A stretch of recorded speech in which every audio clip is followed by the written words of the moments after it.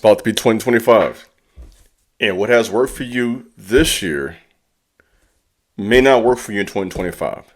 And that's actually a good thing. The reason I say that is because you are on a new level, right? You have grown, ready to realize it or not. And gifts have been released to you. Doors are opening. And now you have to shift and go that way. In other words, we can't continue with what is familiar. We have to be brave enough to do something different in 2025. And so I want to give you that word of encouragement. I'm sure some of you will see this tomorrow on the 31st. So if I'm looking for words, and a lot of you, okay, the year's winding up, give me a word, give me something. So if you're looking for a word, the word is shift. That's simple, shift. It's time to shift over and to step over into new territory. And we can't do that with fear, being passive, and doing the same thing over and over again. So it's time for us to shift and prepare ourselves for new territory. What's up, YouTube? It's your big brother, King Jabez. Back today with another very important message. Please subscribe to this channel, like this video, share this video, leave a comment, let me know what you think about my content. In addition to that, please feel free to follow me over on IG, the King Jabez. And for those who want to talk to me one-on-one, on a personal level, I do offer consultations. Whatever you decide to do, I will appreciate it. Let's do some work. Today's video was something I think is a good one as we kind of wrap up the year 2024. And if you're looking for a word for 2025, I'm going to give you one, shift. It's time to make a shift to that next level in everything we're doing.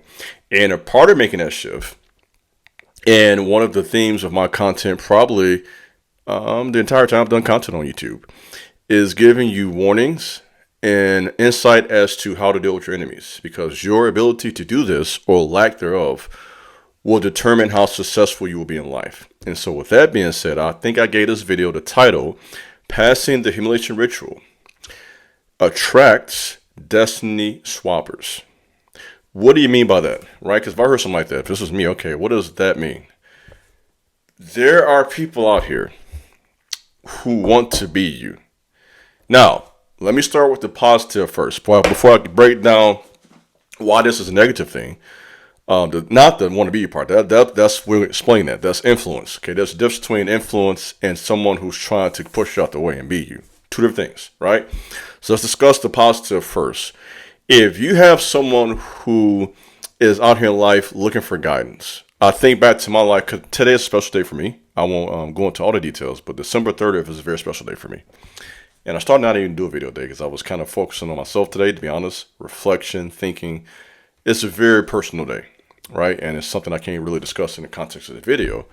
But what I will say about this is that it marked a certain level on my journey, right? And in the context when I was a little younger, in my early 20s.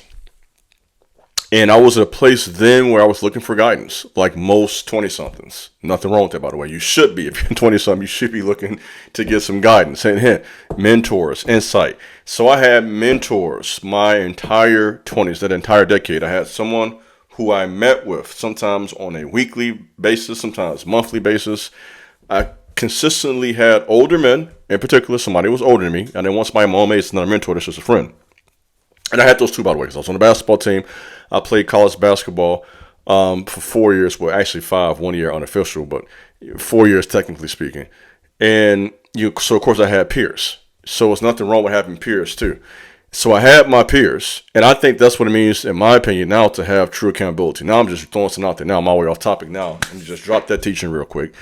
True accountability is having someone who can look up to you, having people who are on the same level, and having those who look up to. And I had that my entire 20s. I had people who I looked up to as mentors and role models who were men older than me.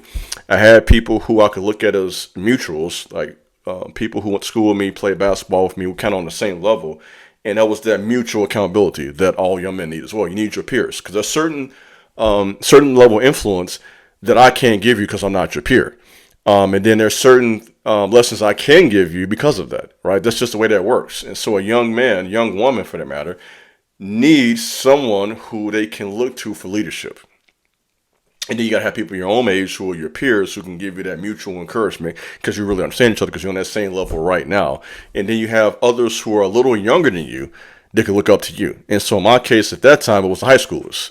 These were people who were a little younger than me who could look up to me, who I could talk to about college and that type of thing. You know what I'm saying? You draw, you dig?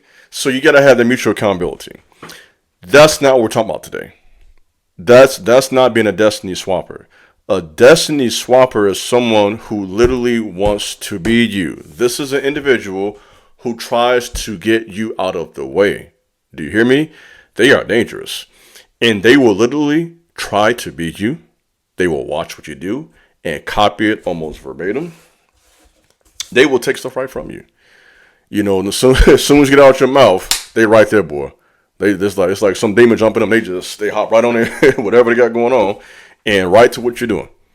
So a place where you can look out for these people, and this happens all the time in the workforce, by the way. So if you got a job, look out for them at work. Every job I've had, boy, if I'm lying, I'm flying. It's somebody else, boy, just like Batman. They come. As soon as they see you getting some momentum, they right there behind the boss, you know, trying to report you, make up stuff. You know, they put their little hard hat on, boy, and dun-da-da-da, here they come. And so I have never had a job where that was not the case. You know what I mean? And I know y'all can relate to that.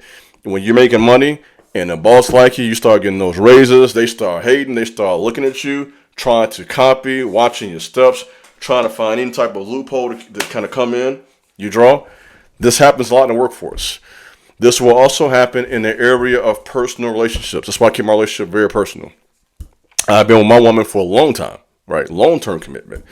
Not no couple of years, none of that. We've been together. We've been locked in. You hear me? And I keep that personal because I know how people can be. People are not happy for you. They want to judge. They want to compare. They want to make themselves better or worse, whatever case may be. You know, and some people who take it even a step further start tapping into witchcraft, voodoo, and etc. They get very weird, right? Because they see what you're doing and they see your job.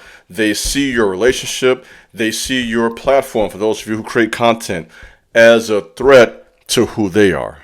And these type of people are very dangerous. Now, if you are a thinking man, a thinking woman, I know you are watching this type of content. Okay, the first thing you'll say, okay, what do I do about it? Now, and I know some of you gonna hear this and just, you know, I'm gonna hit all y'all back to back. Give me a second. I'm gonna get to you because I know the type of listeners who are gonna hear this. You got one group says, you know what, can't nobody beat me. I ain't worried about nothing. I got God on my side. I hear all that. That's true. You can have God all you want to. These people can still get in your way to a degree. Doesn't mean they can stop you. Okay, listen. Don't listen to learn. Don't listen to judge. Some of you listen to judge. Listen to learn. If you learn something right now, I'm telling you that no, they can't stop you. You're correct in saying that. Because some of you say, okay, they can't stop me. I ain't got to worry about that. You do have to worry about this.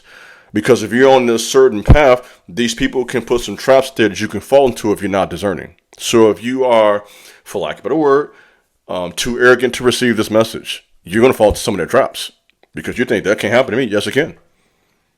So watch out for some of that.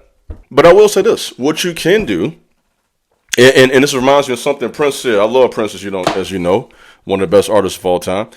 Prince said, you can never be me. You dig? So what was Prince saying? Prince was speaking from a place of confidence because of all the work he put out. So if you work really hard and cross all your T's, dot all your I's, you know, there's only so much they can do.